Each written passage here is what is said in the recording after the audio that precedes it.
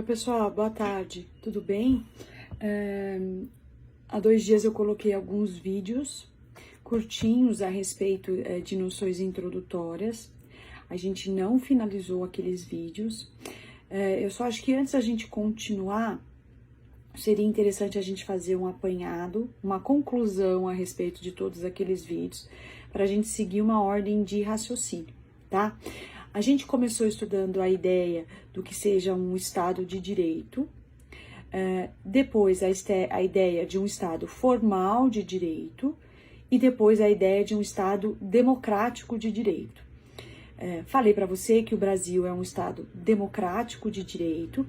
Deixa eu colocar acho que mais para cá que fica mais claro, a gente consegue conversar, vocês conseguem me enxergar melhor com a luz do computador. Deixa eu ver se aqui, se vocês conseguem ver isso. Falei para vocês que o Brasil é um Estado formal de direito e que isso significa, dentre outras coisas, a ideia de que todos são iguais, indistintivamente, a ideia de que todos se submetem à Constituição, a ideia de que existe separação de poderes, a ideia do sistema de freios e contrapesos, ou seja, um poder fiscaliza o outro, a ideia de liberdades civis, a ideia de direitos políticos, a ideia de direitos fundamentais, portanto, valores que dizem respeito à dignidade da pessoa humana. Sempre quando a gente estuda a ideia de Estado democrático de direito, valores democráticos de direito significam que sempre valores ligados à dignidade da pessoa humana devem sustentar todo o ordenamento jurídico. No direito penal, a gente começou a estudar direito penal através desse gancho. No direito penal, mais especificamente, isso significa que, tanto na feitura do crime, como na elaboração da pena e como na aplicação da pena, esses 3 momentos importantes do direito penal, eles devem estar associados à ideia de Estado democrático de direito. Falei para vocês que o direito penal, ele é um ramo do direito que é considerado um dos ramos mais violentos. Por quê? Porque ele retira um valor muito importante do indivíduo, mediante a apuração do devido processo legal, quando existe a constatação de que o indivíduo é culpado. Então, uma das formas de você responder à feitura de um crime para o Estado é a ideia da punição pela pena, pela ideia da pena que priva a liberdade de alguém.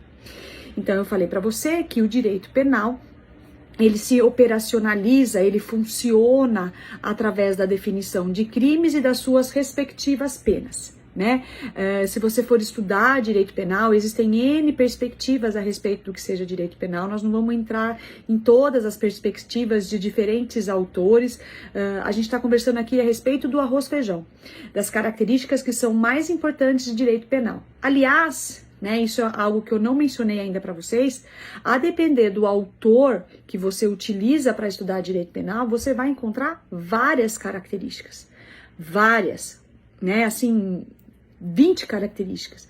Aqui a gente tenta chegar num senso médio das características que são desenvolvidas por todos os doutrinadores, tá? E aí eu comecei a conversar com você dizendo que o direito penal, ele é um ramo do direito público, porque o Estado, ele é o detentor do jus puniendi, o Estado que tem o direito de punir, que nós outorgamos poderes para o Estado, né? Nós outorgamos poderes para os nossos representantes, melhor dizendo, não só para o Estado, né? Para os nossos representantes, e esses indivíduos, na figura do poder judiciário, é que tem legitimidade para retirar a liberdade de alguém, na medida em que eles são ali naquele momento eles são os aplicadores da lei, né? Então o direito penal, ele é exercido primeiramente através do jus puniendi. Essa característica do direito penal de ser ramo do direito público está correlacionada a isso, a ideia de que o Estado é o único que pode impor a alguém uma responsabilidade penal, criminal pela prática do crime. Vocês basicamente conhecem a ideia da pena, né? Mas eu mencionei para vocês que o ideal é que você diga que ao cometimento do crime vai existir uma resposta estatal.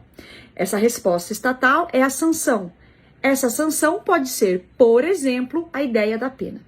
Vimos outras características do direito penal que a gente não vai aqui desenvolver de novo, mas a ideia de que ele é valorativo, a ideia de que ele é cultural, a ideia de que ele é um ramo do direito público, a ideia que ele é sancionador, na medida em que ele utiliza a sanção como meio de coerção, a ideia de que ele é fragmentário, a ideia de que ele é, de certa forma, uma ciência, né? Ciência é todo o estudo através de métodos, o direito penal é uma ciência, e dentro dessa ciência existe um leque amplo e que isso pode ser compartimentado e estudado em minúcias, né?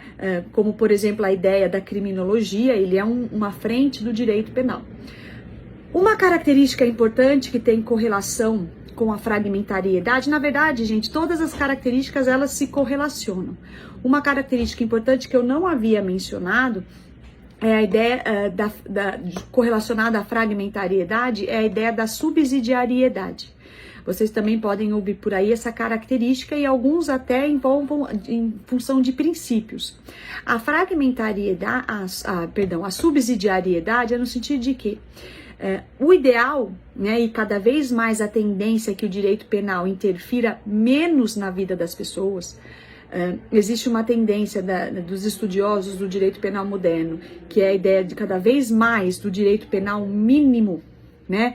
É a ideia da intervenção mínima, a ideia de que muitas vezes a pena hoje não é a única forma que a gente possa conseguir chegar a uma situação de harmonia social, né? Cada vez mais o direito penal começou a entrar numa fase de despenalização, medidas despenalizadoras, cada vez mais isso ganha força.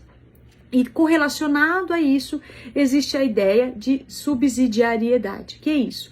A ideia de que o direito penal é a ultima ratio, uma outra expressão em latim. Última, como se diz, como se fala mesmo, ratio, com T, ultima ratio. O que significa isso?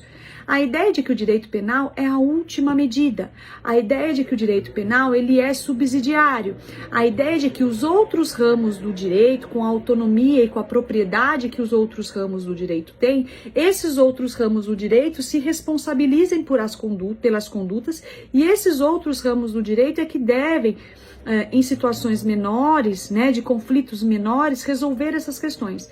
Que a gente só entraria para a situação do direito penal, para o ramo do direito penal, em casos realmente que os outros ramos não conseguiram resolver. Então, se você tem um problema, que isso seja resolvido na justiça um problema de índole trabalhista, que isso seja resolvido na justiça do trabalho e que não vá necessariamente para a ideia da justiça penal. Por quê? Porque a justiça penal ela é uma justiça mais violenta, né? A ela deve se reservar as situações de maior relevância também. Não buscar a justiça penal para todas e indistintivas situações. É melhor que a justiça penal seja acionada, né? Naqueles momentos em que, de fato, os outros ramos falharam. Então, por isso que ele seria subsidiário, ele ficaria na reserva. Ele só entraria, né, naquele conflito em situações que ele se mostrasse efetivamente necessário. Então, essa outra expressão, né, essa expressão em latim, não é uma expressão que você vai sempre ouvir. Ultima ratio, tá? Mas você escreve última, uma palavra, a outra palavra ratio.